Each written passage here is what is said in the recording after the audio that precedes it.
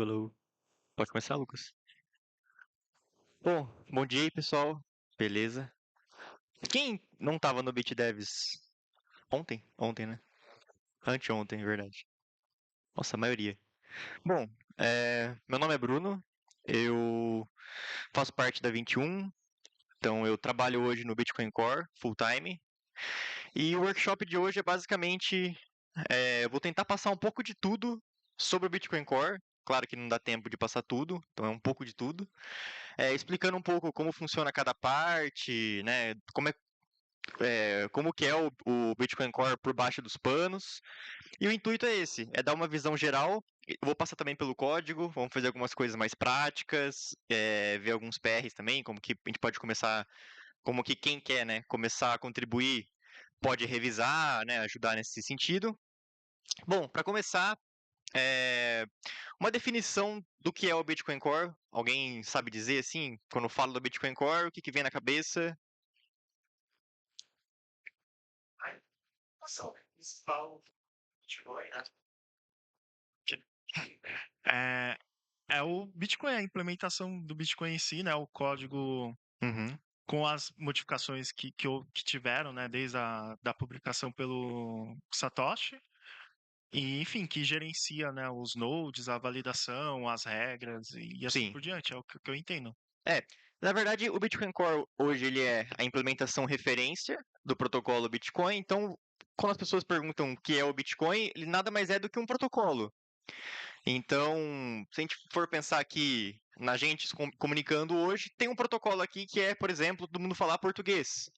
Então, para vocês me entenderem, eu estou falando português, vocês entendem português. Se eu falar russo, quebra a comunicação aqui.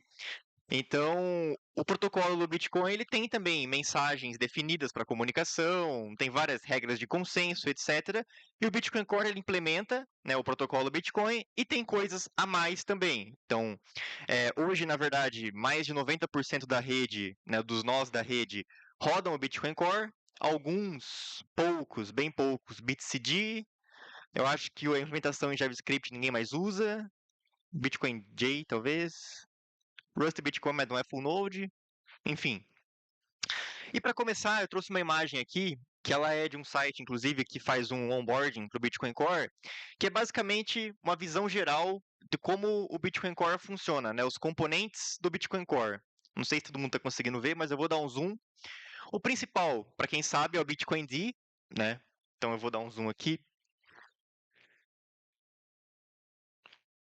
Aí. E aí vocês percebem que tem, no Bitcoin D, a gente tem um RPC Server, um REST server, a wallet, logger e o ZMKey e o Node, né, que é o principal. Bom, RPC e REST, isso aí todo mundo já sabe o que é, enfim. O Bitcoin D, então, ele tem uma carteira, então você consegue usar o Bitcoin D, por exemplo, para receber, para gerenciar seus fundos, assinar transação, etc. Beleza, tranquilo. Logger, que é para log, né, coisas normais, enfim. E o ZMKey, que ele é uma mensageria que basicamente você consegue configurar ele no Bitcoin Core para, por exemplo, quando você receber um bloco novo, enviar uma mensagem, por exemplo, entre outras coisas, como transação, enfim. Mas, por geral, são esses 6 componentes. E claro, por exemplo, a gente tem a wallet. Dentro da wallet, a gente vai ter o banco de dados e a gente vai ter o Script PubKey Manager, ou seja, um gerenciador dos Script PubKey. O mais interessante aqui é que quando vocês veem o banco de dados da carteira, do componente de wallet, tem dois: o BDB e o SQLite. Por que tem dois? Alguém sabe? Redundância? Não. Eu vou dar uma dica. O intuito é tirar o BDB. Não. Uma migração está sendo feita, mas não é por conta só do banco de dados, não é só porque a gente está só mudando do BDB para o SQLite. É porque a gente tinha, até um tempo atrás, até hoje tem, as carteiras no formato Legacy. E depois vieram as carteiras dos descriptors, né? Quem aqui sabe o que é um descriptor? Não, é um formato, vou chamar de um formato novo da carteira. E a partir desse momento, desse formato novo, passou-se a adotar o SQLite. No futuro, existe já um timeline para remover as carteiras legacy e ficar só com as descriptors, né? Então, existe hoje ferramenta que você consegue pegar a sua carteira legacy e transformar em descriptor já. Mas é por isso que tem esses dois bancos de dados. Então, beleza. Então, só que tem uma coisa interessante que é você não é obrigado a rodar o Bitcoin Core com wallet. Você pode simplesmente falar, eu não quero o wallet do Bitcoin Core. Na hora de compilar, você pode passar uma flag e compilar sem a carteira. Não é mandatório. Por isso tem esses pontilhadinhos aqui. Então, percebam que os pontilhadinhos aqui é o que não é obrigatório. Então, eu consigo compilar o Bitcoin D só com Node. Sem, por exemplo, suporte ao ZMKey, sem carteira, sem o servidor REST e sem o RPC também. Você pode fazer isso. O mais importante aqui é olhar para o nó, né? Porque quando a gente fala de Bitcoin Core, você fala de um nó na rede, etc. E o que é necessário, o que tem nesse nó do Bitcoin Core, né? Nesse node. Primeiro componente ali, ADDR main, que é basicamente Address Manager, gerenciador de endereços. Nesse caso, não é endereços de carteira, tá? É endereços IP. Então, ali fica gerenciando todos os IPs de nós, que a gente pode estabelecer uma conexão nova, ou nós em que a gente já estabeleceu uma conexão. Tanto que dentro do Address Manager, depois a gente pode ver um pouquinho, tem duas tabelas, que é a tabela new e a tabela triad. A tabela new tem endereços IPs de nós que você ainda não estabeleceu uma conexão, e a triad, né, já fez tentativas de que você já estabeleceu uma conexão. Então ali ali gerencia os endereços IPs. Então, por exemplo, quando um seu nó se conecta com o meu, né, e você quer, por exemplo, eu quero mais endereços, porque eu quero me conectar com mais nós, certo? O que eu vou fazer? Eu vou lá no Address Manager, vou pegar uns endereços e vou enviar para você. Então é ali que fica esse gerenciamento. Depois, com MAN, né, que é de Connection Manager, ali é gerenciado tudo relativamente à conexão entre os nós. A interface é só uma interface, eu vou passar. Chain State, obviamente, um dos mais importantes, que é o quê? O gerenciador do Chain State. Ali é onde a gente gerencia a blockchain de fato. Tanto que tem o Block Manager e aí tem o banco de dados da blockchain, que é o LevelDB. Aí tem a Mempool, também todo mundo já sabe que é o Mempool, enfim. E aí, Peer Manager, que é para gerenciar estados dos outros nós. Aí refere-se mais a características dos outros nós, não relacionado à conexão em si. Mas depois a gente pode passar um pouco no código. Então, basicamente, essa é uma visão geral de o que tem no Bitcoin Core, né?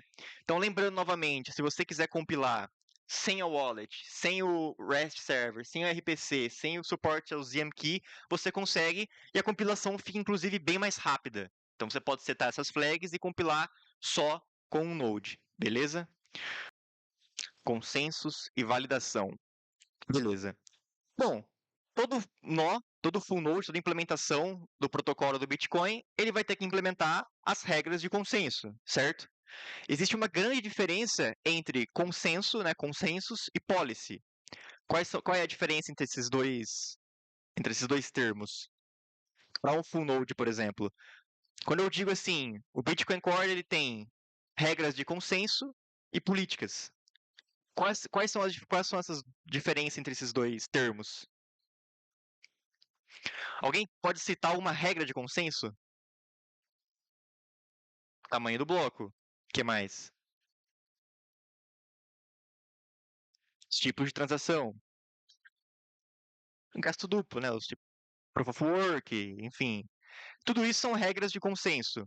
Então, independente da implementação, se for o BitCD, se for o Bitcoin Core, se for outro, essas regras são as mesmas. Então, não é o Bitcoin Core é 4 megas o bloco, o BitCD é 200. Não, a gente segue as mesmas regras de consenso. Mas o que seria uma policy, uma política? Que daí essa sim, o Bitcoin Core pode ser diferente do BitCD, por exemplo, ou o meu nó pode estar configurado diferente do seu. Tamanho do Open Return, tá. Sim, podemos dizer que sim. Tamanho da mempool? Tamanho da mempool é policy. Se eu quiser uma mempool maior, uma menor. Por isso que quando alguém fala mempool está cheia, é meio errado falar isso, né? Porque que mempool que está cheia? porque isso é policy.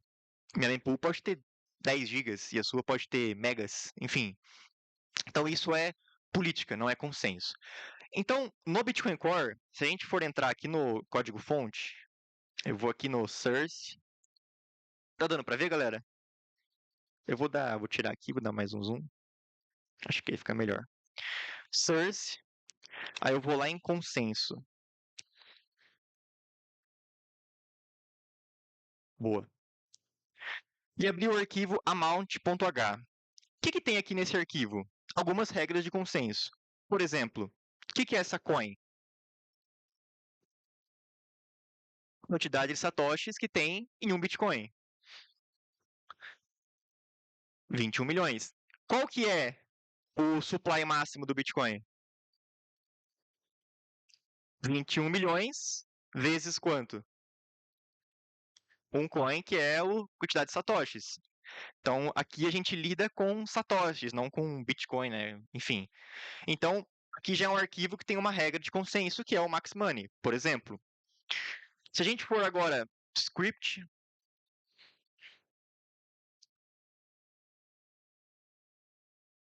aqui é um outro arquivo onde a gente tem o quê? O interpretador dos scripts. Então, como assim? Quando o meu nó recebe uma transação, eu vou validar essa transação. Essa transação tem script. É aqui, nesse arquivo, onde a gente tem as funções que vão fazer essa interpretação, essa validação. Então, a gente vai verificar se a assinatura é válida. Vamos ver se eu acho mais uma coisa interessante. Vou tirar o zoom, senão nem eu consigo enxergar direito.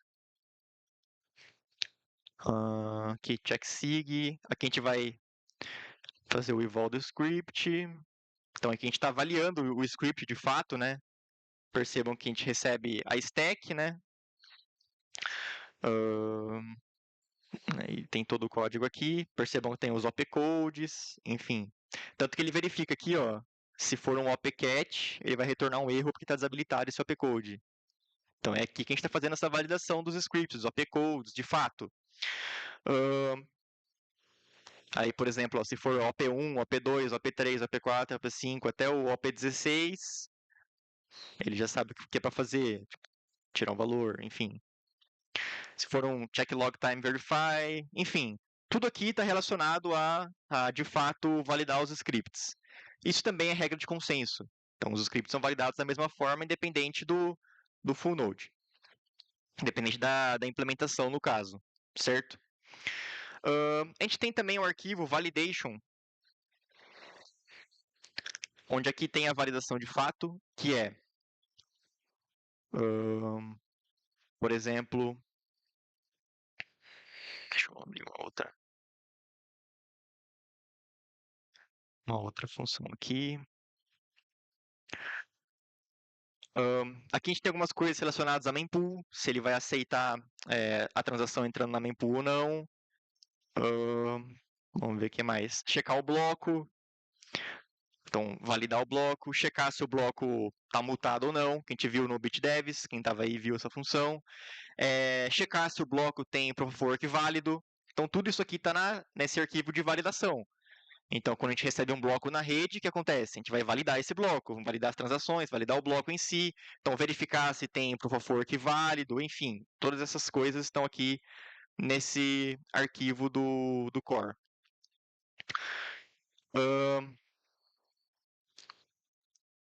Beleza. Vamos ver o que mais. Perfeito. Aí a gente tem também validação de transação. Então, como que um nó ele pode receber uma transação? Por onde? Por que caminhos um nó pode receber uma transação de um outro nó, por exemplo?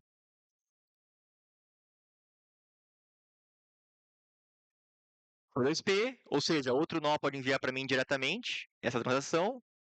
Como mais? Eu posso RPC, então eu posso lá dar um comando, beleza, meu nó recebe uma transação para validação. O que mais? Tem mais alguns jeitos aí.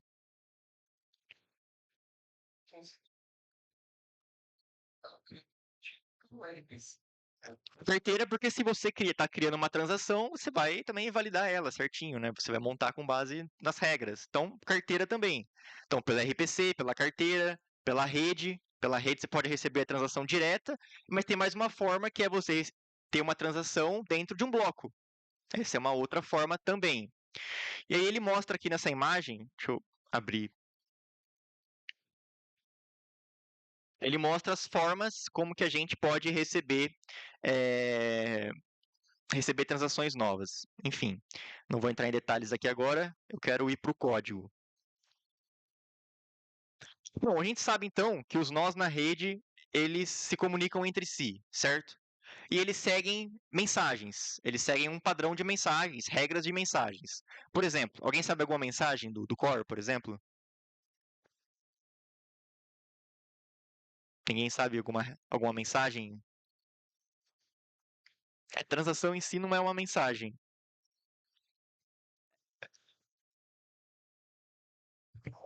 Não, get block aí seriam os comandos da RPC. Agora, quando eu, por exemplo, eu quero solicitar um bloco para outro nó, sem transaction não. Get data não, mas por exemplo, send a DDR, get a DDR, são várias. Quando eu quero solicitar uma informação para um outro nó da rede, eu vou solicitar isso através de uma mensagem, né? Eu vou, como se fosse assim, eu pedindo para você, por exemplo, me vê endereços de outros nós que você tem aí. Isso é um get a DDR, por exemplo. Então, tudo isso, como que é gerenciado? Tem um arquivo chamado netprocessing.cpp. Nele, veja só, tem uma função chamada process message. O que é process message? É processar a mensagem. O que ele faz aqui? Percebam, existem vários tipos de mensagem. Uma mensagem que existe aqui é o version. Uma outra mensagem que existe é o VREC, que é a resposta para o version, né? O version EC. Uma outra mensagem é o send headers. Outra mensagem, o send compact, que é para enviar blocos compactos. Enfim, então aqui nessa função é onde a gente vai processar as mensagens da rede, em que a gente está recebendo de outros nós. Então, se o seu nó me enviar, por exemplo, uma versão, uma mensagem version, o que vai acontecer? Ele vai cair aqui dentro desse if. A primeira coisa que a gente vai verificar é se você já não enviou essa mensagem antes. Se você já enviou, essa mensagem é redundante e ele vai retornar. Se não, ele vai começar a processar a mensagem. Então, primeiro, ele vai ver se a conexão não é inbound, vai setar os serviços, enfim. O que é essa mensagem version? Quando uma conexão, quando um nó se conecta com outro nó na rede, uma das primeiras mensagens que ele envia é esse version. Por quê? Alguém sabe por quê? Então, quando um nó, por exemplo, um nó, ele vai e se conecta, você se conectou comigo. Primeira coisa que você vai me enviar é um version, uma mensagem do tipo version. Por quê? O que tem nesse version? Não necessariamente a versão do core, mas seria um serviço que você suporta, né? O que você suporta, né? O que você quer, o que você espera de mim, por exemplo? Você vai fazer o relay de blocos? Você vai fazer o relay só de transações? Ou você vai fazer o relay, melhor, você vai fazer o relay só de blocos? Você não vai fazer de transação? Será que você tem os serviços que eu espero que você tenha, por exemplo? Então veja, aqui você vai enviar algumas flags, que é justamente os serviços que você suporta. Então quando cai aqui dentro desse if, vocês podem ver que ele faz uma verificação se essa conexão tem os serviços, suporta os serviços que eu espero que você suporte. Então, se eu abrir essa função, aqui ela fala assim: eu devo esperar serviço dessa conexão? Se for uma conexão outbound, block relay ou address fetch, sim. Se não, não. E aí eu vejo se você realmente tem todas as flags que eu espero que você tenha, por exemplo. Se você não tiver, eu já desconecto na hora. Falo, não, beleza, não me serve. Por que eu vou manter uma conexão com um nó se esse nó não vai ser útil para mim? Eu vou lá e desconecto. Ou se você está rodando uma versão muito antiga, eu vou lá e desconecto. E assim por diante, aí eu vou processar a mensagem, enfim, e vida que segue. Então, aqui nessa função, a gente vai processar as mensagens da rede. Então, vou pegar uma outra mensagem aqui, por exemplo. Ó, aqui tem todas as mensagens. Por exemplo, tem uma mais legal.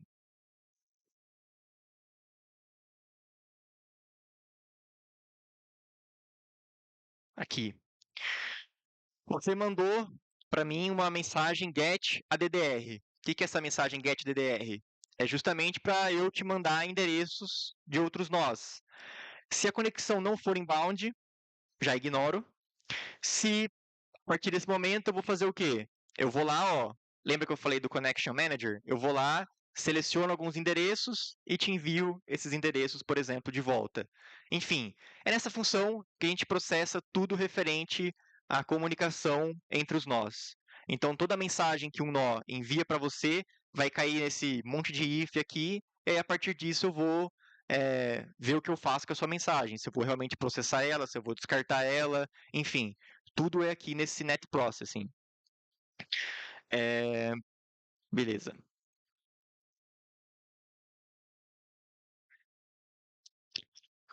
Quando ele dá esse push address, ele vai entrar numa fila para depois ele realmente enviar a mensagem para o nó. Então, não. No caso, não. É, sempre que a gente faz aqui, ó, por exemplo, deixa eu ver se eu tenho um outro exemplo. Aqui, ó, make and push message. Tá vendo? Quando eu receber um ping, eu vou enviar um pong de volta. Eu sempre chamo essa função make and push message, que é basicamente que eu coloco na fila que eu tenho que enviar de volta para esse nó um pong. Então é aqui nesse código que fica esse processamento de mensagens.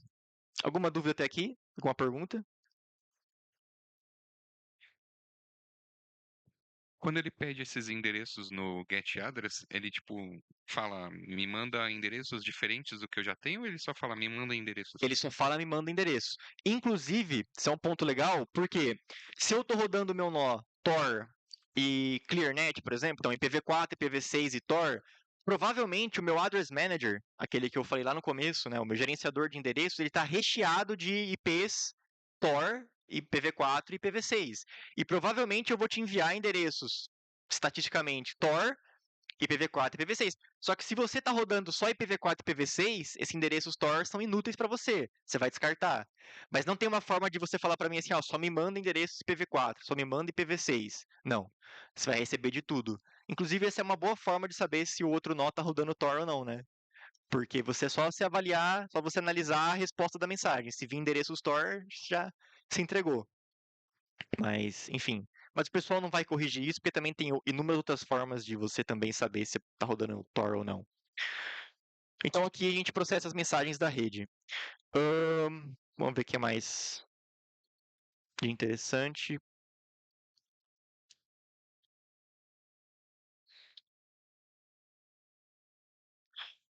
Beleza. Net Group Manager e o Address Manager que eu estava falando até agora. Bom, então o Address Manager ele é usado para gerenciar os endereços da rede, certo? Dentro dele, a gente tem duas tabelas, dentro dele, entre aspas, a gente tem duas tabelas, que é a New e a Triad. A gente vai ver isso em detalhes. Bom, deixa eu só abrir aqui.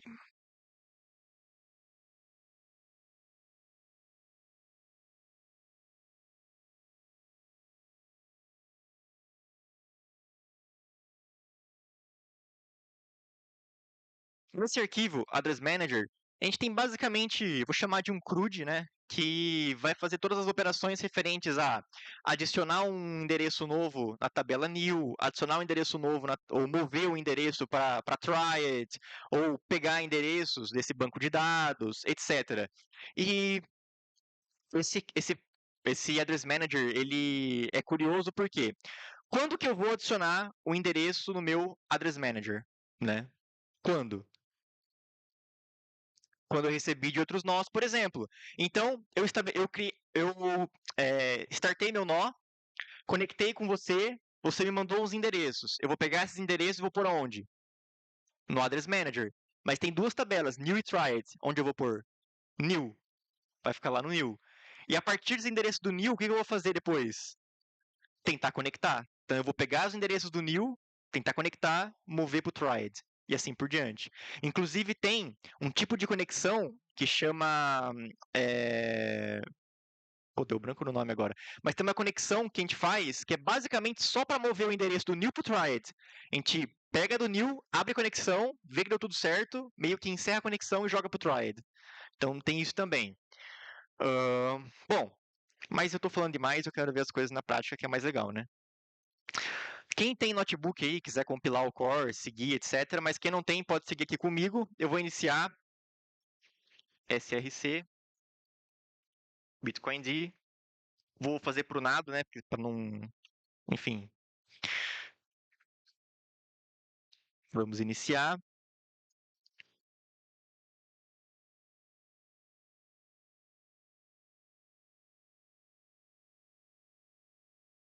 Beleza.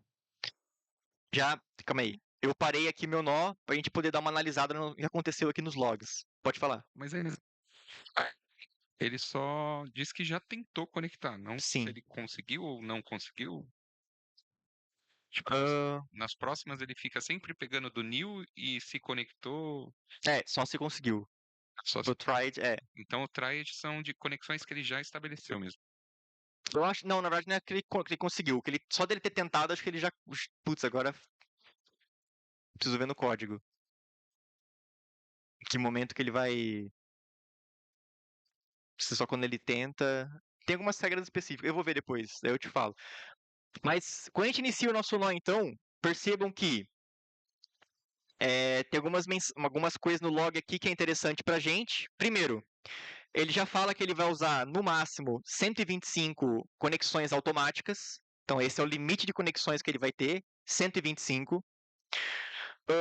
Outra coisa legal que ele vai fazer aqui primeira coisa, ele vai, de fato, fazer o quê? Carregar os endereços IPs, né? Os endereços potenciais que ele pode se conectar. E aí ele fala que ele carregou 19 mil endereços. Da onde? Do arquivo peers.det. Esse arquivo basicamente é o Address Manager. Então, quando a gente para o nosso nó, ele pega esses endereços e joga para esse arquivo, peers.det. E quando a gente carrega o nosso nó, quando a gente starta, ele vai fazer o quê? Ele vai ler esses endereços desse arquivo peers.det. Tanto que mais para frente, olha o que ele faz. Mais para frente ele vai. Cadê o DNS? Ele vai esperar 300 segundos antes de chamar os DNS seeds. O que é um DNS seed? Quando eu inicio o meu nó pela primeira vez, basicamente a gente assume que o seu address manager lá, o seu peers.det, enfim, está vazio. Então como é que você descobre os primeiros nós que você vai se conectar?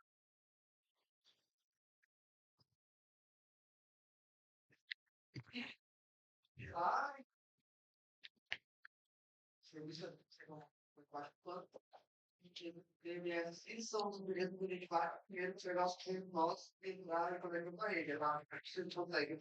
Ou, isso aqui é sozinho, eu conecto com ele. Tipo, ele não tem isso. Esse não tem ele.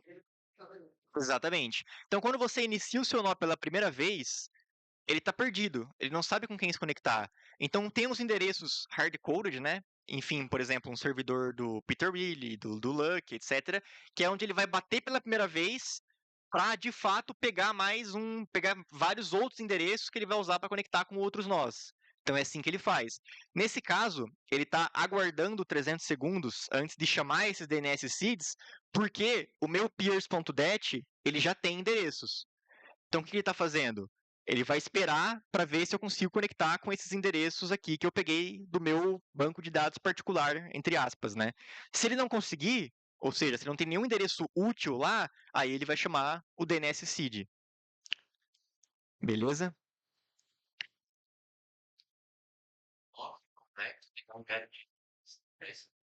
Sim. Vai acumulando cada vez. É uma vez por conexão. É uma vez por conexão. E tem um limite de endereços que o nó manda para o outro. Então, tipo, você não vai mandar 10 mil endereços. Inclusive, É uma pergunta interessante, porque se você for aqui no Net Processing e a mensagem. Ó, a mensagem. Opa, cadê? Aqui. Se eu recebi uma mensagem do tipo others ou others v2, que é a mensagem que realmente me manda os endereços, então eu mando o get DDR que você responde com a DDR, ou a DDR v2, né? V2 porque é o endereço novo do Tor, enfim, tiveram que mudar o formato da mensagem. Primeira coisa que eu faço aqui é verificar se você não me mandou mais endereços do que no limite. Por isso que tem esse max DDR to send. Se aconteceu isso, eu vou desconectar com você. Quer dizer, aqui nesse código não, mas num PR que o Peter Willi abriu, a partir de agora, a partir daquele PR, eu vou desconectar. Eu vou considerar você um nó malicioso e vou desconectar você. Porque tem um limite de endereço que você pode me enviar. Esse max DDR to send, se não me engano, são 1000. 1000. Policy, que acaba virando consenso, se for para pensar que todos nós da rede são Bitcoin Core no fim das contas. Mas enfim.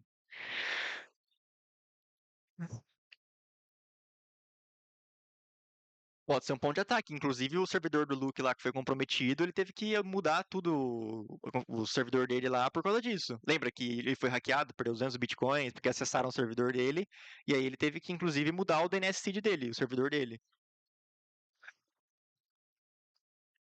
Não, é isso. Tá, isso de nós, tal. Falsos ou que você vai conseguir se conectar, mas ele é o dono dos nós. Ou seja, ele vai eclipsar você na rede. Então, é um ponto de ataque, sim. Mas por isso que também tem vários DNS seeds, né? Não é um só. Mas, enfim, o max DDR to send, por exemplo, é 1000. Então, eu te mando get DDR e você me responde com a DDR ou DDR V2, enfim, dependendo da nossa configuração. E aí, você vai mandar no máximo 1000 endereços. E aí, o que eu vou fazer?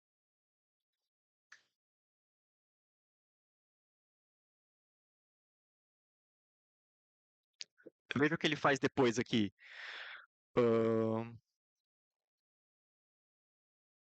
Uma das coisas que ele vai fazer é, primeiro, adicionar no. Ele vai adicionar que esses endereços agora são conhecidos, né? Que agora ele tem esses endereços.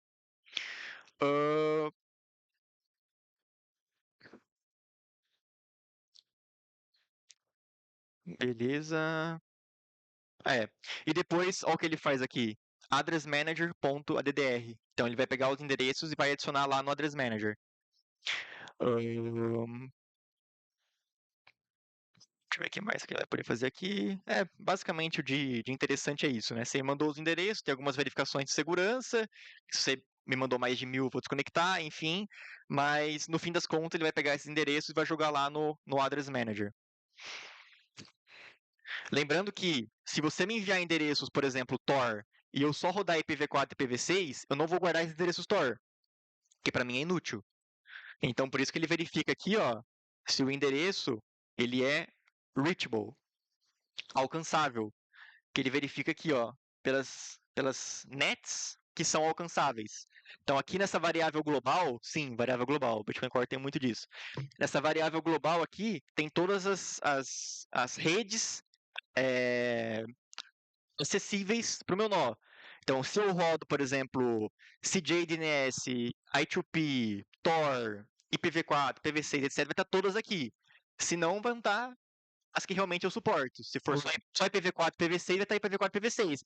Aí, se você mandou um endereço Tor, aqui vai dar falso, ele não vai guardar no Address Manager. Mas não é útil para a rede alguém que não está no Tor também guardar os endereços Tor? Para, tipo, divulgar para os outros? Sim, seria interessante para você fazer o relay dos endereços. Ele até faz o relay aqui também. Aqui, mesmo sem ele guardar no Address Manager, ele vai fazer o relay de alguns endereços, ele passa para frente alguns endereços. Ele só não vai guardar no banco de dados dele naquele momento. Você não tem, não. Sabe. Até porque depois para ele vai tentar. Pode ser que ele vai lá, ele vai tentar conectar, não vai conseguir, ele vai jogar fora. Porque ele não tem como distinguir, por exemplo, se aquele endereço é um nó que está morto, tipo, é um endereço de um nó que não existe mais, que não tá mais ligado, sei lá, ou enfim, é outra coisa. Então ele não vai guardar no address manager, mas ele pode fazer o relay naquele momento ali.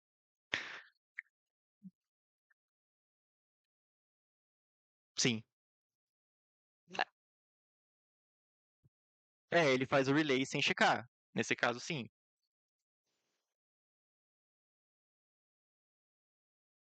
E nesse caso, nesse caso específico, ele vai passar para frente se o número de endereços que você me mandou foi menor do que 10, menor ou igual a 10. Então, se você me mandou 1000 endereços, eu não vou passar para frente esses 1000. É só se ele enviou pouquinhos endereços. Mas o que o Fabrício falou é interessante, porque no fim das contas, é interessante que eu passe para frente endereços de redes que eu não suporto, para literalmente propagar para frente mesmo. Porque tem muitos nós na rede que estão rodando ClearNet e Tor. Então, às vezes eu poderia passar, mesmo que para uma conexão ClearNet, endereços Tor, que para ela pode ser útil. Só que como a gente não guarda no Address Manager esses endereços, mais para frente, quando a gente for pegar os endereços desse banco de dados para enviar, ele não vai ter nenhum dessas redes que é inalcançáveis para ele, né, no caso. O que pode acontecer às vezes é você estar rodando, por exemplo, Tor e ClearNet, aí você deixa seu nó rodando. Consequentemente, com o passar do tempo, vão ter vários endereços Tor e ClearNet no seu Address Manager. Aí você reinicia o seu nó só com ClearNet, por exemplo. Nesse caso, você vai fazer o relay de Tor, porque está recheado o seu Address Manager de Tor. O que acontece é que no longo prazo, esses endereços vão ser substituídos, né? Porque é um número limitado de endereços, vai começar a receber muito endereço ClearNet. Na hora de fazer o replace lá no Address Manager, ele vai tirar os Tor e colocar os IPv4 e IPv6 que ele for recebendo. Esse limite de endereços é para evitar spam na rede ou alguma coisa assim? Sim, também. Spam, DOS, enfim. Proteção meio que de segurança mesmo. Oi. Esse ciclo de quando você inicia o servidor, como é que funciona mais ou menos isso? Você tem uma lista de endereços lá que ele guardou naquele DAT lá que você comentou, né? Sim, Aí ele inicializa e tenta sair conectando e ele vai tentar conectar a partir daqueles. para todo mundo que tá ali. Todo mundo não, porque Todo tem um mundo máximo de conexões, De limite, que é 150 lá que acho que você falou. 125. 125. Que é configurável também. Você pode Sim. diminuir se quiser, ou aumentar, enfim. Então ele vai tentar a partir dali. Mas aí ele escolhe aleatoriamente daquele arquivo que você tem, vamos dizer assim? Sim, sim. Tá. Ok. Teoricamente, aleatoriamente, tem algumas regrinhas pormenores, mas vamos supor que seja aleatoriamente. Beleza, vou abrir o log aqui. Tem um outro ponto curioso também. Percebam que ele carregou um endereço de um outro arquivo chamado anchors.dat. Estão conseguindo ver aí, pessoal? E aí ele escreveu aqui que um block relay only anchors vai ser tentado para conexão. Alguém sabe o que é esse arquivo anchors.dat? Foi uma pergunta interessante que você fez, porque ele perguntou para mim assim: ele escolhe as conexões de forma aleatória? Eu falei: vamos supor que sim. Mas quando o nó estabelece as conexões outbound, alguém sabe quantas são? Depende da configuração, né? 10. Dessas 10, 2 é um tipo específico de conexão. Alguém sabe qual é? Porque eu posso fazer uma conexão full, ou seja, vou te mandar a transação, vou te mandar bloco, etc, full, mas tem outros tipos de conexão. Uma delas é o block relay only. O que é o block relay only? Eu só vou fazer relay de blocos para você. Eu não vou te mandar, por exemplo, transações, etc. E dessas 10, 2 é block relay only. E quando a gente para o nosso nó, ele vai nessas conexões, ele pega os 2 block relay only e salva nesse arquivo anchors.dat. Quando eu inicio novamente o meu nó, ele vai buscar desse arquivo anchors.dat as conexões block relay only que ele já vai fazer. Isso é para evitar eclipse, ataque de eclipse. Porque senão, cada vez que eu fosse reiniciar meu nó, eu ia fazer novas conexões, e vamos supor que alguém está me forçando a fazer isso, até eu criar uma conexão com um nó malicioso, por exemplo. Então, uma forma de proteção é essa. Então, as duas conexões block relay only, quando eu paro o meu nó, ele vai lá e salva no arquivo anchors.det. Quando eu inicio o meu nó, a primeira coisa que ele faz é buscar esse arquivo e estabelecer conexões block relay only. Então esse é um processo que ele faz também. E aí percebam que ele já começa a iniciar as threads, né, de net, DNS-seed, enfim, de abrir conexão. Aí ele está começando a baixar aqui os blocos, importa mempool. Tem uma dúvida. Ó, percebam que quando eu parei o meu nó, ó o que ele fez. Ele fez o dump dos anchors. Ele pegou lá a conexão que eu tinha feito lá antes, né, do block relay only, e fez o dump. Se eu iniciar meu nó de novo, ele vai tentar essa conexão com esse nó de novo. Eu tenho como verificar no meu nó se eu sou, tipo, um anchor de alguém, assim? Não tem algumas mandingas pra você fazer que você consegue detectar, né? Uma delas é verificar o tráfego que você está recebendo, mas no seu nó diretamente, não. E é uma boa ideia você setar um anchor que você confia e fala assim, tipo, eu quero que tal nó seja o meu anchor, porque esse eu sei que tá com os blocos certo. Não, aí você não precisa do anchor. Você pode colocar. Quando você adiciona direto um nó pelo add node, esse nó, por ser adicionado manualmente, ele tem vários privilégios já. Ele faz um bypass de legal. várias regras de segurança. Obrigado. É, porque se você conectou manualmente, é porque você confia naquele nó. Então, ele tem vários bypass de segurança ali que ele não faz umas verificações, porque ele considera aquele nó seguro já. Aí, nesse caso, não precisa ser block relay only, pode ser full, no caso. Mais alguma pergunta? Beleza. Então eu parei meu nó e ele fez esse flush de um outbound block relay only pro arquivo anchors.det. Uma coisa legal que a gente pode fazer é iniciar o nosso nó e colocar debug address manager. Que a gente vai conseguir ver na prática o address manager funcionando. Então eu vou iniciar.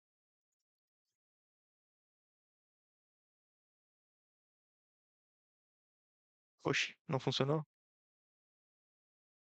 Aqui, funcionou.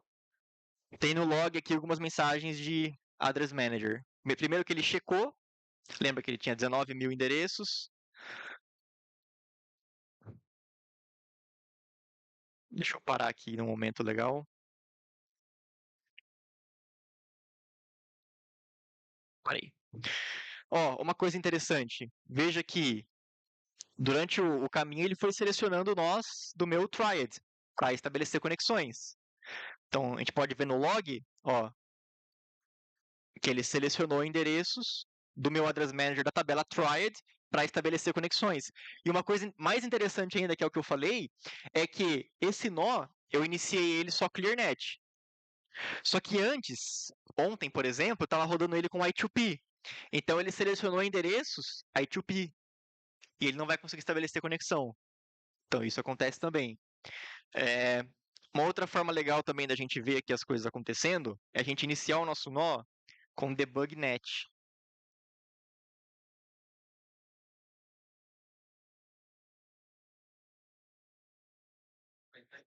Espera aí, só um minutinho. Aí, parei. Ele não deveria nem tentar, né? Ou por que ele tenta? Na verdade ele não vai tentar, né? Ele vai selecionar o endereço, ele vê que é de uma rede. É porque ele fez o log ali porque ele pegou, né? Tipo, ele fez o select, então ele aparece. Mas percebam agora que aqui, quando você passa um debug, né, traço debug net, você consegue ver as mensagens acontecendo, que é aquilo que eu mostrei lá no começo no net processing. Então, ó, ele enviou um get data, recebeu um bloco, requisitou um bloco, enviou um get data, recebeu o bloco. Deixa eu ver se é algum ADDR. Aqui, ó. Ele recebeu, ó que legal. Tentou conectar e não conseguiu.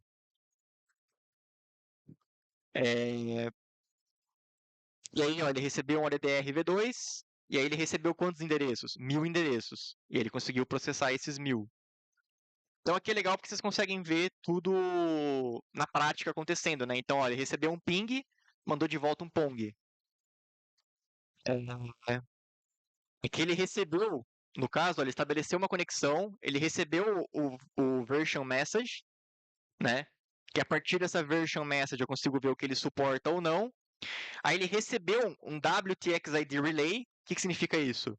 Ele faz relay de transações, depois meu nó recebeu um send ADDR V2, e aí depois recebeu um version ACK, e aí ele terminou o handshake, né, as primeiras mensagens que se trocam quando estabelece a conexão. Ahn, Depois tem outras mensagens que estou recebendo aqui. Então, eu recebi, por exemplo, um send compact. Alguém sabe o que significa isso? Send compact? É quando um nó fala para o outro que ele suporta blocos compactos. Alguém sabe o que é blocos compactos? Compact blocks? É uma forma de eu fazer o relay na rede de blocos sem enviar o bloco completo. Então, como é que funciona isso? É como se eu enviasse um bloco para um outro nó, e esse bloco, ele não tem as transações. Ele tem, vou dar um exemplo, né, um short ID, né, não é o ID de fato, é um short ID das transações do bloco. Com esse short ID, você vai na sua mempool, verifica se você tem as transações lá e reconstrói o bloco. Se você não tiver, você responde de volta. Então, tipo, eu te mandei um bloco compacto, você faz essa verificação, aí você fala, Bruno, eu não consegui montar o bloco porque não tem a transação ABC. Aí eu vou lá e te mando ABC. Aí você consegue reconstruir o bloco. Então é uma forma de deixar o relay de blocos mais leve. Inclusive teve um bug que descobriram que quando eu te envio um compact block e você não tem uma transação, você me responde de volta. Só que pode ser que você me responda de volta e eu esteja ocupado com outra tarefa. Eu não consigo te responder. Aí atrapalhou o relay do block. Então hoje o que acontece é que se você não tiver alguma transação para conseguir reconstruir esse bloco, você vai solicitar de nós diferentes agora, não só de quem te enviou o bloco. Enfim, tem muita coisa no core aqui, então.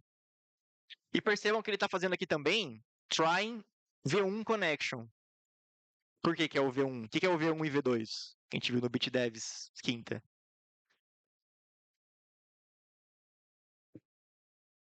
Alguém sabe? V1 e V2? Hã?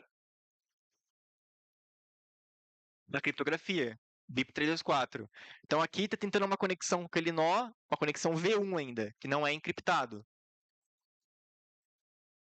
Uma curiosidade, ele tem algum mecanismo de checar, tipo, fazer um bate de um nó com o outro para ver eu devo continuar confiando nesse nó ou não, alguma coisa assim?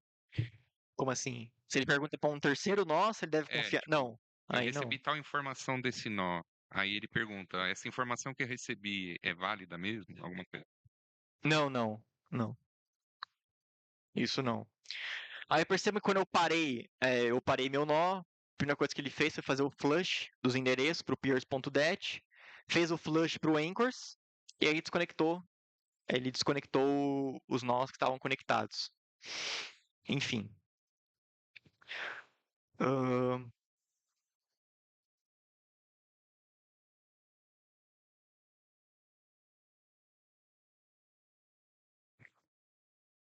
Alguém tem mais alguma pergunta? Algum tópico específico?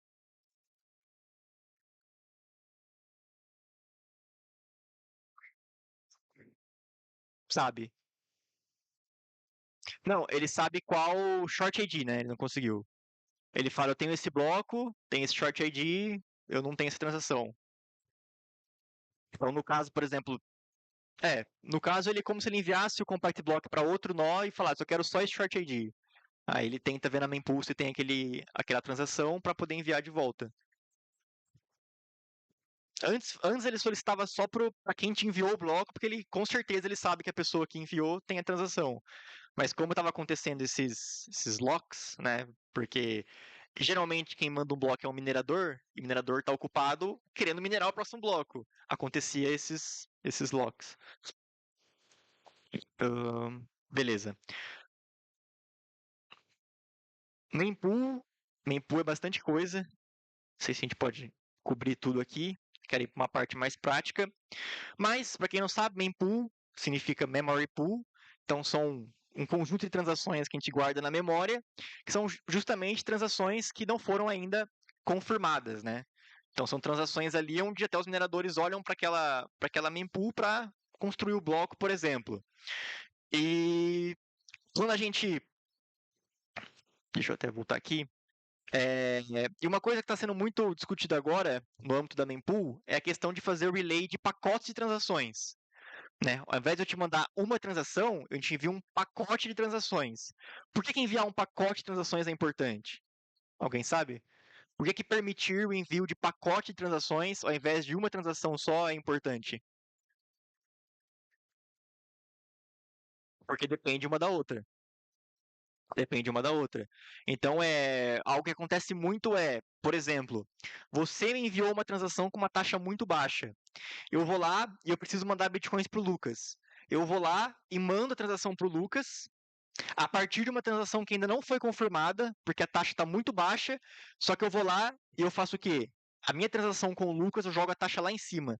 E na média, essas duas transações, a sua para mim, taxa baixíssima, mas a minha para o Lucas, com a taxa super alta, na média fica uma taxa legal. Então ele acaba sendo legal considerar como um pacote, né? Como considerar os pais e os filhos das transações. Então isso é um redesenho da mempool que está sendo feito pela Glória e pelo Gregory, que é basicamente para permitir ter mensagens na rede e permitir de fato que a gente processe transações como se fossem pacotes, por conta disso. É,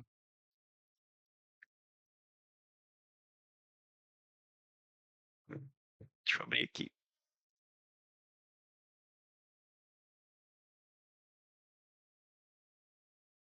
Deixa eu ver o que mais que a gente pode falar de mempool.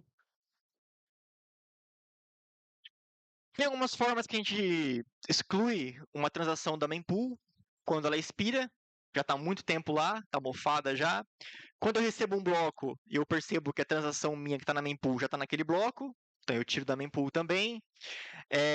Quando uma transação ela já foi feita, ela foi substituída por uma maior de taxa maior, então eu vou lá e substituo também, removo da mempool. Ou quando atinge o tamanho máximo da mempool também. Então tem algumas formas de eu remover transações da mempool. Enfim.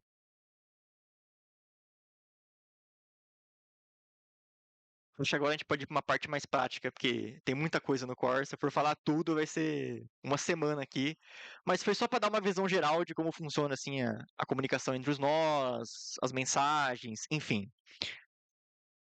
Esse site é muito bom, bitcoincore.academy. Nele vai ter todo um guia de como funciona o Core, cada componente, enfim.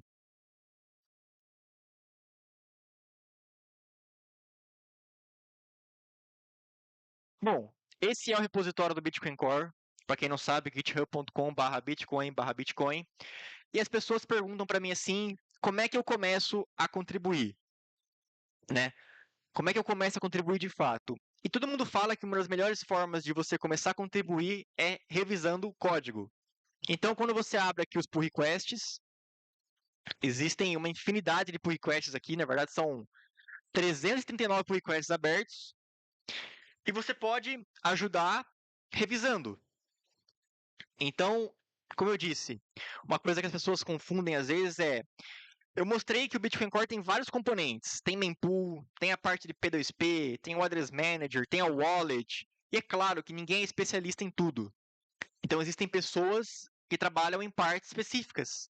Então, por exemplo, a Glória trabalha com mempool, o Achal trabalha com Wallet especificamente. Então, cada colaborador geralmente escolhe uma área para focar, né? Poucos são generalistas e conseguem entender um pouco de tudo. Geralmente as pessoas escolhem partes específicas para contribuir. E aí, aqui tem os pull requests. Os pull requests, eles têm labels, que é para ajudar a gente a saber de fato de qual área é esse pull request. Então, por exemplo, esses dois aqui é relacionado a teste. Deixa eu ver se eu acho outro. Tem muito pull request relacionado a build system, então a parte de build. Aí tem um, por exemplo, de RPC. Script tools, wallet. Deixa eu ver se eu acho algum outro aqui. Wallet. Eu vou achar um do Vacildo. Eu estava revisando agora cedo.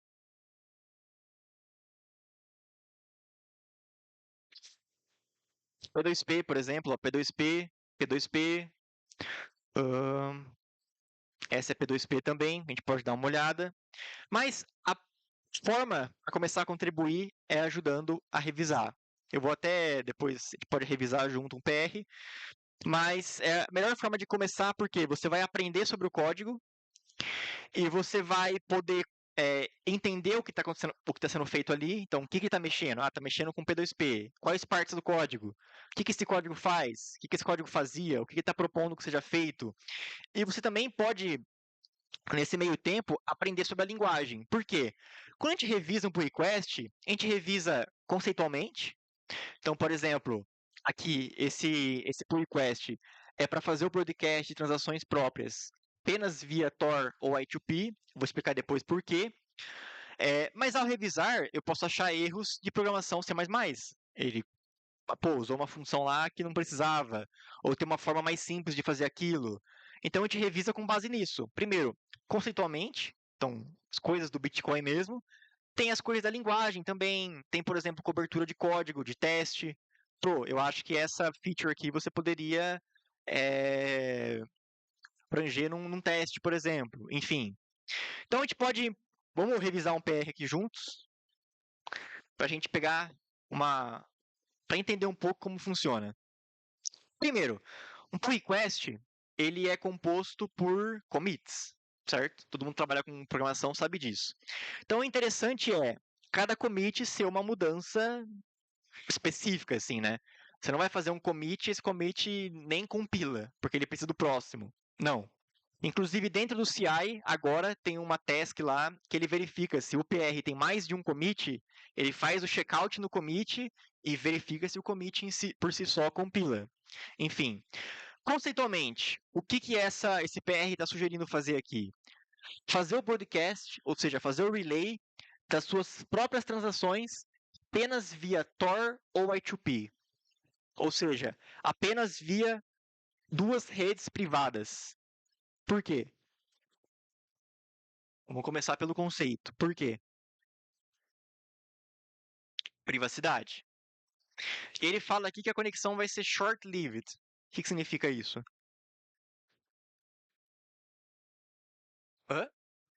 Curta duração.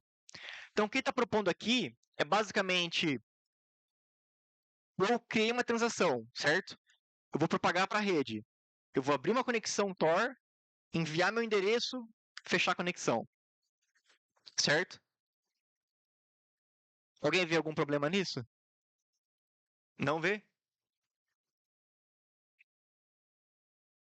De uma forma ou outra, quem está na internet vai receber essa transação depois. Mas alguém vê um problema aqui? Bolsonitro. Bom, eu acho que o problema que eu vejo é abrir a conexão Tor. Você teria que ter ali algum provedor, tipo Tor RC, para abrir a conexão e você realmente entrar na rede Tor. E dependendo do hardware, talvez seja um pouco difícil de você conseguir fazer isso, né? A gente tem aí muitos nodes que estão rodando em Raspberry Pi e etc. Então, tipo, acredito eu que seria um ponto de falha, um ponto a mais e uma dependência a mais, né? Você teria que depender do Tor RC para poder fazer um broadcast de uma transação. Agora, com relação ao E2P, eu não sei porque eu não conheço. Nesse caso, só me permita só discordar que é tipo assim, nesse caso ele está assumindo que o seu nó já está configurado para Tor, tá tudo bonitinho. Se o seu nó não suporta Tor, não cai nessa lógica aqui. Mas alguém vê algum problema aqui? Seria um problema que eventualmente sua transação pode ser evicted e aí você já não está mais, já que o seu canal de comunicação ali é short-lived, você não vai fazer o rebroadcast da sua transação ou não? É uma boa. Vamos supor que o Lucas vai seguir essa lógica comigo. Ele abre a conexão, ele me envia uma transação e fecha a conexão. Como é que eu poderia censurar o Lucas?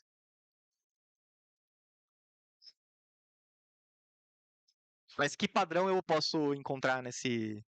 Apaga a transação dele e pronto, né? Mas como que eu vou perceber que é a dele específica, não é de outros nós, por exemplo, que não estão seguindo essa lógica, por exemplo? Se for conexão short-lived. Então, a primeira coisa que eu poderia detectar aqui para quebrar essa lógica é Se o cara me enviou uma transação e fechou comigo a conexão logo em seguida, eu posso boicotar ele e falar, não vou também passar para frente a transação, certo? Essa era a ideia original, só para vocês verem como funciona o processo de revisão. Essa era a ideia original do autor do PR. E todo mundo já percebeu que é uma ideia que pode estar quebrada. Porque não basta só isso. Não basta só eu abrir uma conexão short, enviar uma transação e fechar. Isso é facilmente detectável. Se alguém abriu uma conexão comigo, me enviou uma transação e fechou logo em seguida, pronto. Então, a lógica, com o passar do tempo, mudou. O que ele fala aqui? Bom, para melhorar a privacidade, ele vai fazer o broadcast de transações submetidas localmente, né? Por exemplo, pela RPC, Get Raw Transaction, para a rede peer-to-peer apenas via Tor ou I2P, conexões curtas, né? Vamos chamar de curtas. E aí, ele introduz um novo tipo de conexão para esse tipo de broadcast privado de transações, seguindo as propriedades. Primeiro, ele vai iniciar essa conexão independente quando vai ter transações locais para ser enviadas. Vai ser apenas aberta para peers I2P ou Tor. Independente, vai ser aberta a conexão independente do número máximo de conexões do limite máximo, que é 125. Então, mesmo que tiver estourado 125, ele vai abrir essa conexão privada. Aí começa. Depois do handshake, que a gente viu lá nos logs, né, como é que funciona, enviar o version, etc. Uma transação local é enviada para o peer. Logo em seguida, ele vai enviar um ping. Depois que ele recebeu um pong, aí ele fecha a conexão, certo? E ele vai ignorar todas as mensagens depois do handshake, com exceção do pong. Todas as mensagens que ele me enviar, com exceção do pong. E aí, uma coisa interessante. Olha só. Ele vai fazer o broadcast de transações via Send Raw Transaction, usando esse novo mecanismo, para alguns nós, I2P e Tor. Ele vai continuar fazendo isso, ou seja, abrindo conexões short-lived e mandando, até que ele receba uma mensagem, uma inventory, sobre a própria transação dele.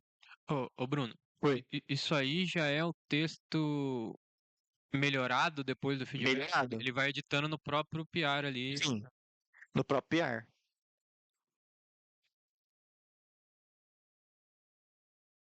No caso aí parece que ele meio que tá fazendo um pooling, tentando pegar a resposta do inventory. Pelo que você falou, ele não respeita o limite de conexões. Isso não pode gerar sei lá, um DOS, sei lá. Não, porque a conexão é short-lived. Então, o tempo que essa conexão vai ficar aberta é muito curto. Inclusive, acho que ele fala aqui que vai durar, tipo, segundos. Então, não corre o risco. Não vai abrir inúmeras conexões e ficar horas ali esperando tudo acontecer. Mas, claro que vale testar isso também. Faz parte do PR. Quando a gente for testar, vale a pena testar esse comportamento. Se realmente esse processo acontece de maneira rápida. Aí ele fala, ó, a gente vai manter esse comportamento até a gente receber uma mensagem, um inventory, sobre essa transação vindo de um dos peers das outras conexões. Por que isso? Para garantir que o cara realmente repassou a transação. Então lembra no começo, quando a gente meio que simplificou a ideia, que eu falei que eu poderia abrir uma conexão, enviar a transação, o cara fechar, o cara falar, pô, ele fechou, então ele está usando esse mecanismo, então eu vou boicotar ele. Agora não. Ele vai ficar refazendo esse mecanismo até outro nó que ele está conectado falar para ele assim, opa, eu recebi sua transação, toma aqui ela. Ele vai receber a transação dele mesmo e vai falar, opa, então deu certo o meu mecanismo. A transação dele, essa transação que eu vou fazer, que eu vou enviar para o nó short-lived, vai ficar armazenada no Peer Manager e não vai nem entrar na mempool. Bom, uma vez que a gente recebeu o inv, né, o inventory de algum outro nó com a nossa transação, o fluxo normal é, a gente vai requisitar um getData e vai receber a TX de fato. E aí a gente vai colocar na nossa mempool e vai fazer o broadcast para todas as transações que a gente tem ali disponíveis. Então, qual que é a lógica? Abrir conexão short-lived, enviar uma transação minha, né? E depois, o que a gente vai fazer? A gente vai esperar a gente receber de volta a nossa própria transação, colocar na mempool e propagar de novo para todos os nós que eu tenho conexão. Entenderam a lógica? Então, antes, né, alguns meses atrás, era uma lógica muito mais simples, porém, perceberam que era, através das revisões, perceberam que era uma lógica quebrada. Agora, é uma lógica muito mais completa, né, do que, por exemplo, como a gente fez só lendo o título. Então, ele fala aqui que as trocas de mensagens vai ser dessa forma. Conecto, envio o version, recebo o WTXID relay, recebo o send DDRV2, recebo o send TX reconciliation, recebo o version ECK, envio o version ECK, envio a transação, ping, pong, desconecta. Esse é o fluxo que ele está seguindo. Aí ele fala também que esse tipo de conexão é bem barato, não vai, por exemplo, impactar o tráfego na rede, enfim. E aí ele tem os commits. Então é legal porque cada commit vai fazer uma coisa diferente com relação a essa ideia que ele teve. Primeiro, um dos commits que ele faz aqui, ele adiciona um novo tipo uma nova categoria para esse tipo de transação. Então, private broadcast. Ponto. Um commit simples. Depois, eu até sou coautor aqui, porque eu sugeri para ele. Ele adicionou uma flag, onde eu decido se eu quero usar essa lógica ou não. Então, é uma flag chamada private broadcast. Então, ela é false por default ou true, não sei. Acho que é false. Mas então tem uma flag que determina se eu quero realmente usar essa lógica ou não, certo? Beleza, até aí tudo bem. Aí ele vai adicionar um novo tipo de conexão para private broadcast. Então, como eu falei, tem vários tipos de conexão filler, conexão manual, address fetch. Address fetch é o quê? Eu abro a conexão, recebo mais endereços, fecho a conexão, por exemplo. Filler connection. O filler connection é justamente a conexão que eu falei, que é para testar endereços. É eu pegar a tabela new, abrir a conexão, falar, pô, funcionou a conexão. Fecho e movo para triad. E aí ele adicionou uma nova categoria, que são private broadcast. Eu acho que eu já descobri um errinho aqui. Que ele usou private sem o E. Tá errado, né?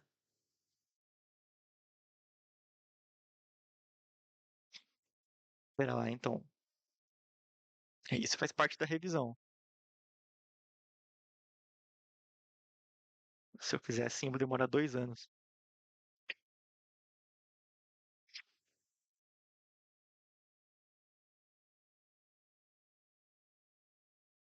Beleza. Então a gente já viu aí. Pegamos um errinho.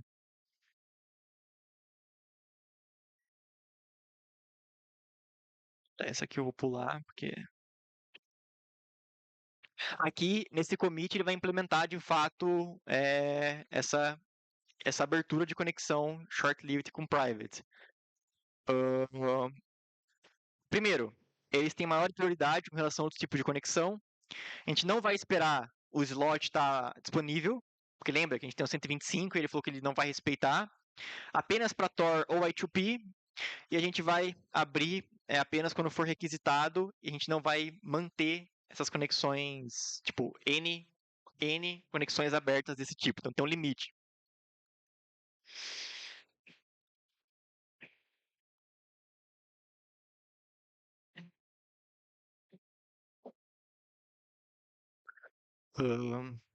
Deixa eu fazer uma coisa aqui melhor. Git checkout, eu tenho ela aqui já. Qual que é o número? 29, 415, sealed.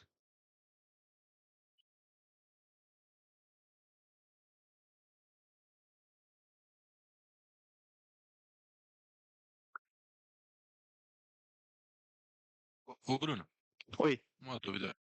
No você faz a validação do pull request, tem algum link de style, de Tem, ortográfico? Isso. tem. Não sei porque não pegou, mas tem. Ou pegou, né? Porque tá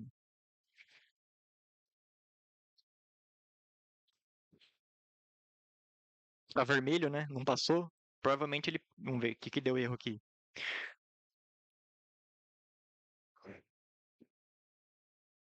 Ahn, Não, isso aqui é outra coisa. É erro intermitente do CI.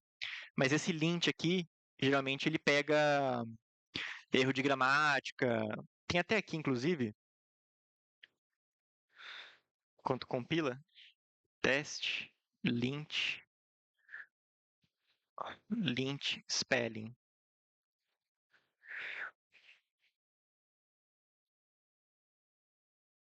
Então, ele não vai pegar. Mas, por exemplo, aqui ele pegou de outras partes do código. Então, ele pegou aqui o necessary, ele pegou aqui evaluation, que é evaluation. Então, geralmente, se ele adicionou alguma coisa que deu esse problema, ele pega aqui sim. Enfim, então, uma das coisas que ele faz aqui, ó, Outbound Private Network Peers. Essa função aqui, galera, é uma função que geralmente é a thread que abre conexões com outros nós. Então, se você não passa um endereço específico para se conectar, ele vai seguir uma lógica. E uma das coisas que ele vai testar aqui, ele vai ver, ó, Outbound Private Network Peers. Tá, isso aqui é só para checar se tem. Aqui. Tem uma função aqui que é Maybe Pick Private Broadcast Network, que é para saber se realmente ele deve ou não abrir essa conexão short-lived lá, private. O que essa função faz? Ela vai receber uma net, uma rede, e aí é meio estranho o jeito que ele implementou, porque ele fez assim, se ele passou uma rede, a rede recebe um null e retorna.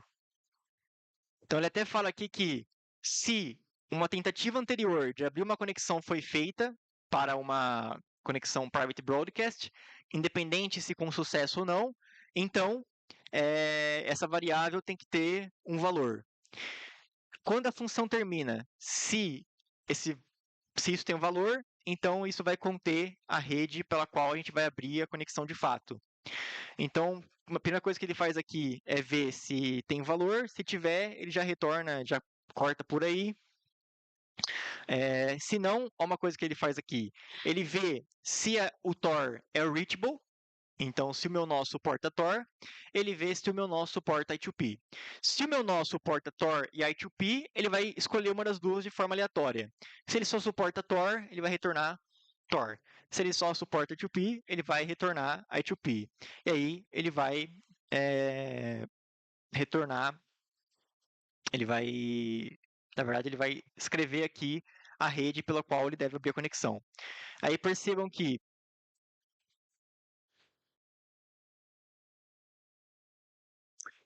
Open Private Broadcast to, então ele definiu essa variável aqui em cima. Então, nesse caso, se ele deve, por exemplo, se passou por essa função, ele fala, beleza, você deve abrir uma conexão Tor. Então, essa variável provavelmente vai estar ali com o valor Tor. E ele vai fazer o quê? Vamos ver aqui embaixo. Se tem valor, ou seja, se aquela função lá me retornou, ok, você tem que abrir uma conexão Tor, o tipo da conexão vai ser Private Broadcast. E aí, Connection Type, Private Broadcast, ele vai entrar aqui, e aí quando ele entrar aqui, o que ele vai fazer? Aqui é onde ele vai selecionar os endereços pelo qual ele vai estabelecer a conexão. Então percebam que quando eu inicio o meu nó, as primeiras conexões que eu faço é qual? Não. Private é só quando eu vou mandar a transação. Não, na DNS. Supondo que eu tenha, por exemplo, o arquivo anchors.dat, o anchors. Então a primeira coisa que ele faz aqui é verificar se não é uma conexão anchor que ele vai abrir. Se por exemplo, ele leu lá o arquivo anchors.dat, achou dois endereços, ou um que seja, ele vai primeiro tentar essa conexão. Mas enfim, depois ele vai verificar o quê? Pô, então eu tenho que abrir uma conexão privada. Então ele vai lá no meu Address Manager, lembra que eu expliquei o que é, e vai selecionar um endereço com base naquela rede. Então ele vai no meu Address Manager e vai falar assim, ó, por favor, me dá o endereço Tor aí, ou me dá o endereço I2P. Então ele vai pegar o endereço Tor ou I2P aqui e vai estabelecer essa conexão. Um ponto legal que eu falei até antes é que, por exemplo, eu posso ter no meu Address Manager, por exemplo, endereços Tor e ClearNet. Porque no passado eu rodei Tor, mas agora não rodo mais. Então, quando eu fizer um select aqui, no caso, não aqui especificamente, mas em outro lugar, pode ser que eu pegue um endereço Tor. Só que esse endereço Tor, eu não vou conseguir conectar com ele. Então, o que ele vai fazer aqui embaixo? Ele vai verificar se as minhas redes alcançáveis contêm a rede daquele endereço. Então, se não contém, ele faz um continue. Então, ele vai voltar lá no começo, pegar outro endereço. Então, consigo conectar? Ah, não, porque é de uma rede que você não suporta. Então, ele volta lá no começo, tenta de novo. Volta, tenta de novo. Ele faz isso 100 vezes. Aí, depois dessas 100 vezes, ele começa a ter outros mecanismos. Mas, enfim. E é isso. Então, aqui está a lógica que ele usou, mais ou menos, para abrir a conexão com esses nós privados, né?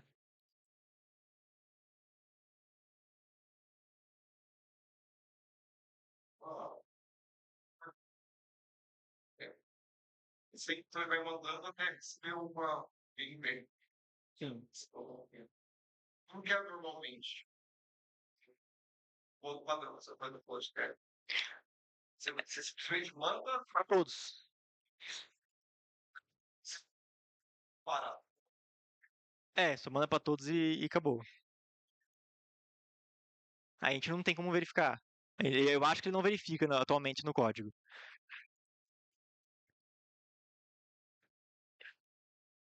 Eu acho que não. Porque é um caso muito hipotético, né? Tipo, não. Porque eu posso abrir uma, duas conexões ali. Tem um limite de conexões que ele vai abrir aqui nesse tipo de conexão private, que são 5 no máximo. Então, se esses 5 boicotarem ele, ou não só boicotarem, às vezes esses nós podem estar mal conectados com outros nós. Essa hipótese sempre acontece.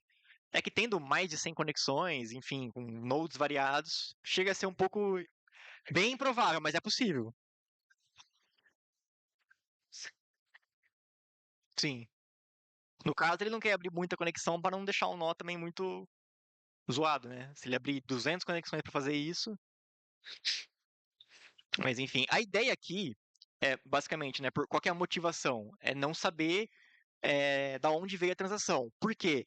Existe hoje na rede o 0xB10C, que a gente viu ontem, não, antes de ontem no BitDevs, que achou o bug lá na mineradora, lá na via BTC, ele descobriu que existe uma entidade maliciosa na rede que fica linkando transações com endereços IPs.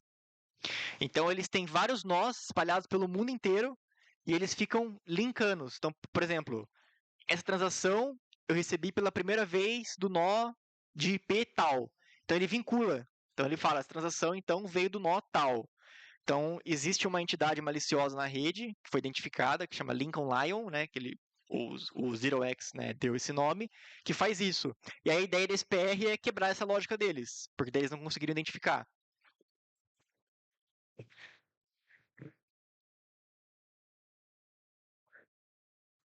Só tem qual é o link. Como assim, onde? Vocês estão divulgando publicamente? Não, eles usam para eles. Não sei se pode ser um governo, não sei. Ma- É, mas eles têm essa informação, fazendo isso, espalhando nós pelo mundo inteiro e cruzando dados. E aí, com essa lógica, a gente quebra essa, essa ideia. Ah, e aqui, um dos commits mais legais, para mim, é esse aqui do final, Por quê? Esse é um commit onde ele vai adicionar um teste funcional. O que é um teste funcional no Bitcoin Core? O Bitcoin Core ele é escrito em C++, certo? Então, majoritariamente, ele é C++. Mas, os testes funcionais, eles são escritos em Python. Então, com o teste funcional, vou até abrir aqui. Com um teste funcional, eu consigo simular, por exemplo, eu consigo startar 2 nós, simular troca de mensagens entre eles, verificar o comportamento desses nós, abrir um tipo de conexão específica entre nós, eu consigo fazer tudo isso. Então, teste funcional, o que ele fez aqui? Beleza. Todo teste funcional no Bitcoin Core é uma subclasse, né, uma classe filha dessa Bitcoin Test Framework. E a partir dali, a gente tem algumas funções que a gente vai sobrescrever. Uma delas é o set test params. O que essa função faz? Primeiro, ela determina o número de nós que você vai utilizar, certo? Então, ali, para esse teste, ele precisa de 2 nós. Tem testes que precisam de 5, tem teste que precisam de 6, tem teste que não precisa de nenhum, enfim, ou um só. Nesse caso, ele precisa de 2 nós. E com essa função, eu consigo também habilitar ou desabilitar algumas coisas interessantes. Uma das coisas que ele desabilitou aqui é o AutoConnect. Por quê? Quando ele seta 2 nós, quando esse teste funcional rodar, ele vai iniciar os nós e criar uma conexão entre os dois. Ele desabilitando aqui esse AutoConnect, ele não vai fazer isso. Ponto. Aí tem o setup dos nodes. Aqui ele está configurando só um proxy para simular um nó Tor. E aqui, o que ele faz? Ele consegue setar as flags de cada nó. Então, esse extra args, a gente consegue, por exemplo, falar: inicia o nó 0 com essas configurações. Inicia o nó 1 com essas configurações. Então, por exemplo, inicia o nó 0 com essa flag. Com essa flag, com essa aqui, com esse proxy. E o nó 1, né, porque é 0 e 1, obviamente, computação, ele vai ter essas flags aqui, connect 0 e o bind, ponto. E aí ele faz o setup dos nós. Então, até aqui, ele configurou que o teste vai ter 2 nós e que o nó 0 vão ter essas conexões, essas configurações, e o nó 1 vão ter essas configurações aqui, beleza? E aí, ele começa a ter a lógica do teste mesmo. Run test. Então, dentro da função runTest é onde tem a lógica do teste mesmo.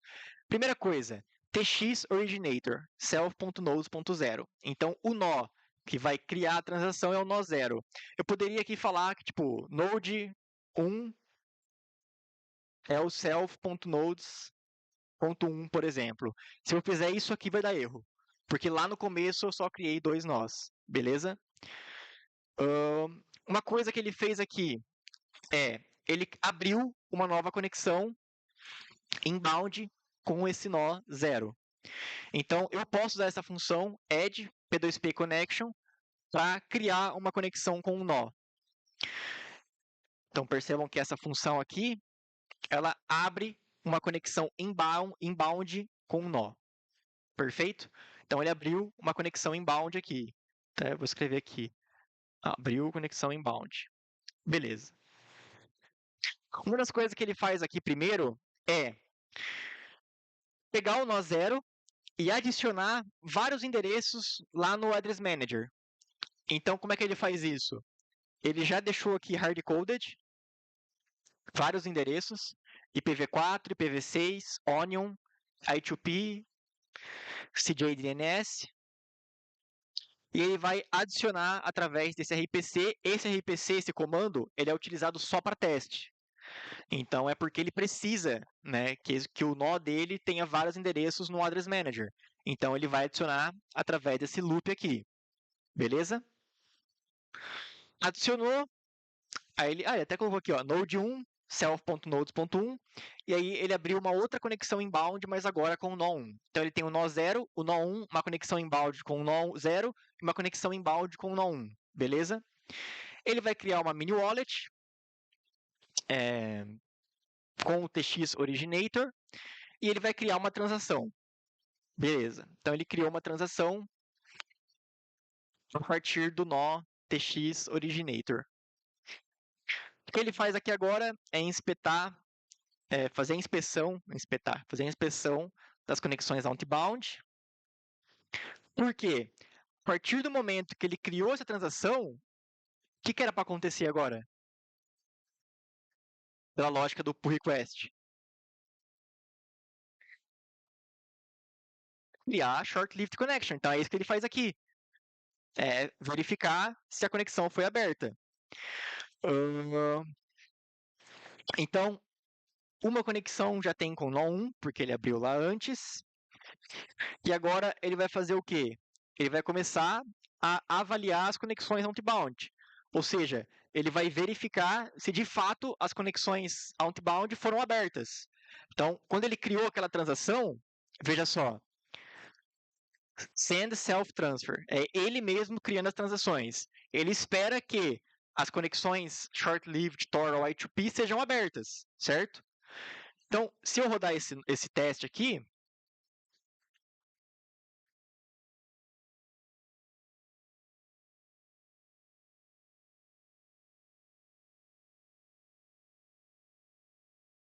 vamos ver.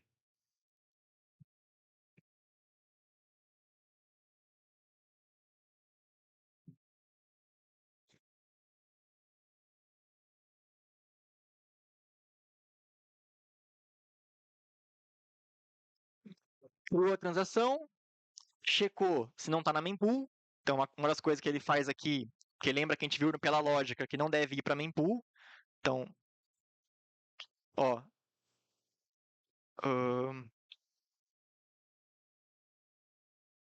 checou que a transação não foi para mempool. Inclusive aqui ele poderia usar um assert equal ao invés de usar o assert desse jeito. Eu já comentei no pull request, enfim. E depois, o que ele faz? Ele envia o env de um observador, espera o get data, e aí ele vai fazer o broadcast de forma normal. Mas veja só, primeiro, se eu comentar... Bom, aqui não posso comentar porque vai dar ruim.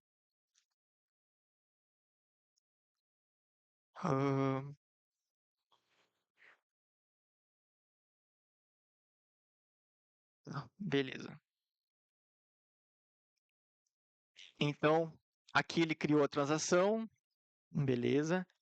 Aí ele verificou se a conexão outbound, número inicial de conexões, é de fato a primeira conexão private broadcast.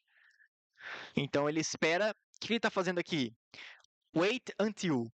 Então ele está esperando para ver, ele está esperando, aguardando até que o nó 1 tenha uma transação na mempool dela. Por que isso? Porque ele tem o nó 0, uma conexão inbound, o nó 1, uma conexão inbound, e ele enviou a transação a partir do nó 0. E agora ele quer saber de fato se o nó 1 recebeu aquela transação. Então ele faz isso, ele faz um wait until até o tamanho da raw mempool for maior do que 0. Né? E aí ele vai fazer um wait for transaction, que é o quê? Ele está fazendo com que o nó 1, que é a conexão aqui, né, no caso, conexão inbound, ele está fazendo ela aguardar até que ela receba a transação que o nó 0 criou. Esse wait for tx, ele tem um timeout. Se estourar esse timeout, o teste quebra. Por quê? Quer dizer que essa conexão ficou lá esperando a transação, esperando e não recebeu. Então está quebrado. Então ele espera aqui que tanto o nó 1 quanto essa conexão inbound aqui do nó 1, ambos recebam essa transação. Beleza.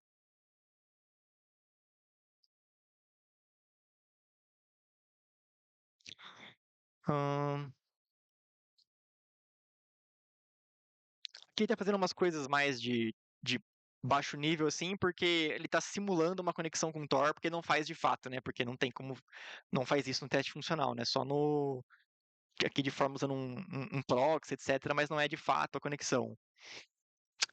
Tanto que ele faz um wait for disconnect, por quê? É short-lived, né? Então, depois dele receber a transação lá e fizer o ping-pong, ele espera que aquele nó seja desconectado. Tanto que ele faz aqui? Peer.messageCount. Uma version, uma version ECK, uma TX e uma ping. Que é justamente as únicas mensagens que ele vai trocar com aquele nó short-lived.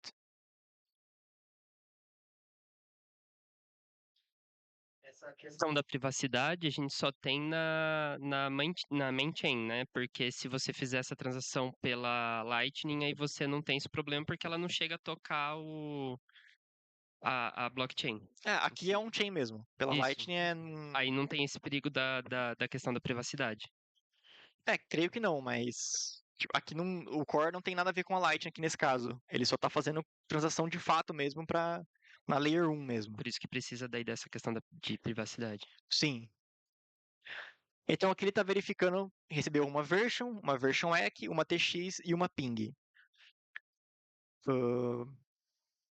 Depois ele vai testar essa conexão de fato, era uma conexão privada, mas novamente, isso aqui tem várias coisas por baixo do pano, porque não dá para fazer isso, não dá para fazer conexão I2P nem em Tor pelos testes funcionais. E aí ele vai testar se a transação não está no mempool do originator, né, de quem criou a transação. E aí ele vai enviar um env e vai esperar receber um getData de fato, que é justamente para saber que a transação foi propagada. Então ele manda o env e espera pelo getData. Então ele vê aqui, ó, primeiro o getData não está na última mensagem do observer, aí ele vai enviar uma mensagem env e vai esperar até que a última mensagem aqui do inbound seja um getData. E aí, agora sim, ele vai fazer um wait until get raw mempool maior que 0. Então antes, ele precisava garantir que a transação não estava na mempool, porque lembra que a lógica dele era essa, era abrir a conexão short-lived, enviar a transação sem colocar na mempool dele. Depois que ele perceber que a transação foi de fato propagada, que ele receber de volta a própria transação, aí ele coloca na mempool e propaga para todo mundo. Então aqui nesse ponto ele tem que verificar se a mempool, se realmente de fato agora tem a mempool. Enfim, isso é uma forma de fazer um teste funcional no Core. Aqui de fato, quando você roda isso, ele de fato vai startar o BitcoinD. Tanto que se você tiver o BitcoinD rodando na sua máquina e você quiser rodar um teste funcional, pode dar conflito. Então ele dá até uma mensagem de erro aqui falando, ó, detectei que tem um BitcoinD rodando já e não pode ter. Então aqui nesse caso, de fato ele vai startar os BitcoinDs local, né? E tudo que acontece aqui realmente acontece entre 2 BitcoinDs normais na sua máquina. Fabrício?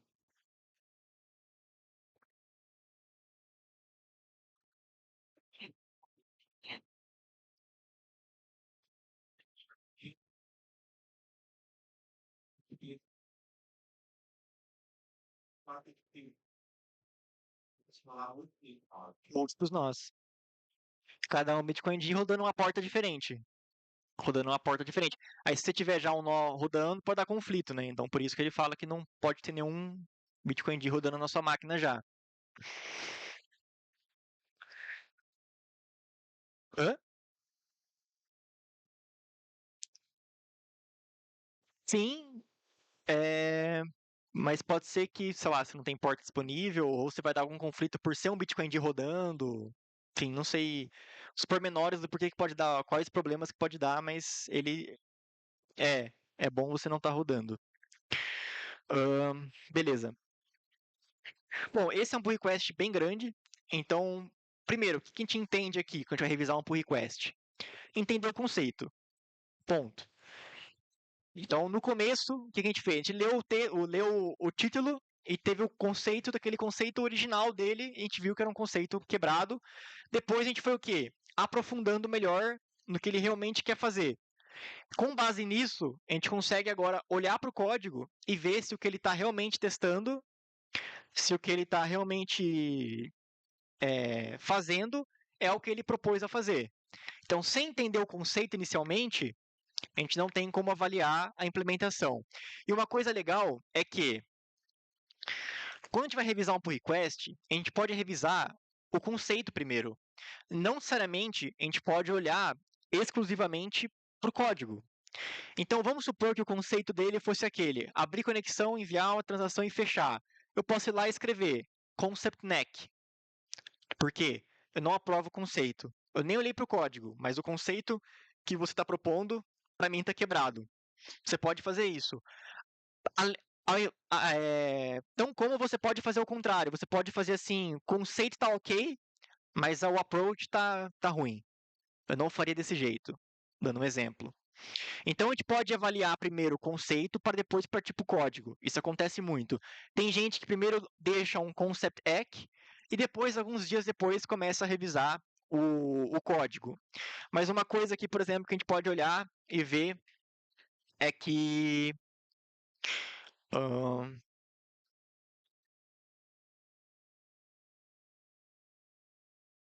Tá. Uma das coisas que ele fez aqui, galera, é que lá no RPC Send Raw Transaction... Deixa eu ver aqui.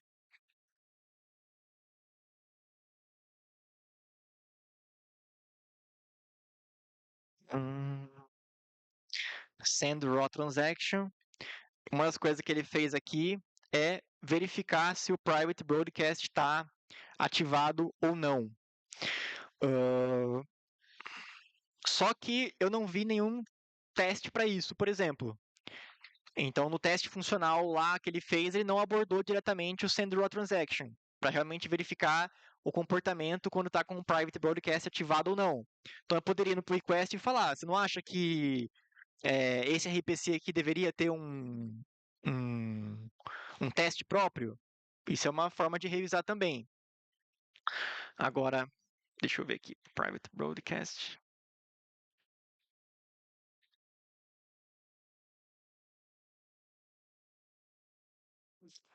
Send Self-Transfer. Oi.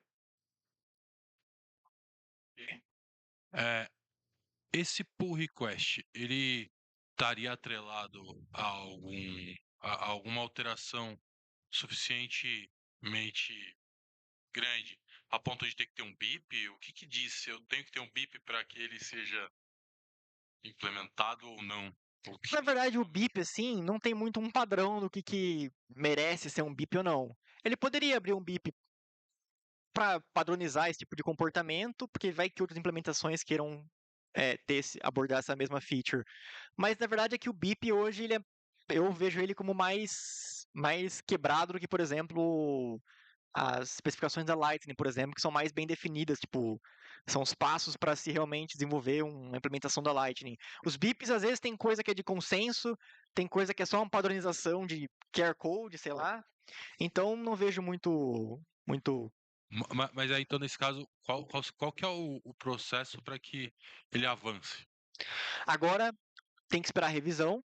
Então, por exemplo, aqui eu fiz uma revisão bem por cima, primeiro conceitual, onde a gente viu o conceito, como funciona.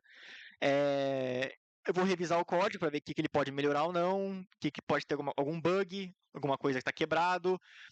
Igual você falou lá, por exemplo, mas sei lá, e se ele abrir um monte de conexão e sei lá, dá errado, sei lá. São coisas que a gente tem que testar na prática mesmo. E aí as pessoas vão começar a comentar lá, ó, eu testei e eu acho que tem que arrumar isso. Eu testei e tem que fazer isso. Eu acho que isso dá para melhorar. Então, por exemplo, antes de vir para cá, eu estava dando uma olhada no PR. Aí o que eu fiz? Por exemplo, ó, esse pull request, ele já tem vários e vários comentários. Então aqui foi, por exemplo, eu fiz que é só um init, né? Porque ao invés de usar o assert, é por usar o assert equal. Aqui eu falei que, por exemplo, ele está usando para TXID e para WTXID e o int 256. Aí eu pensei, pô, por que não alterar já para W esses tipos específicos de transação? Vou até editar aqui.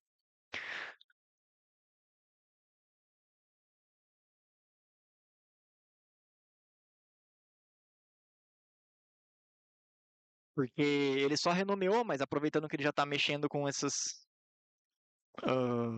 com essa transação, com essa função. Outra coisa que eu fiz aqui também, eu já comentei, é, por exemplo, a gente não deveria, porque o que acontece é, vou até abrir aqui. Olha só, como que é até importante o processo de revisão. Ahn, ele faz é o seguinte, quando eu seto o private broadcast, a primeira coisa que ele vai verificar é se futuramente o Tor pode se tornar alcançável, certo?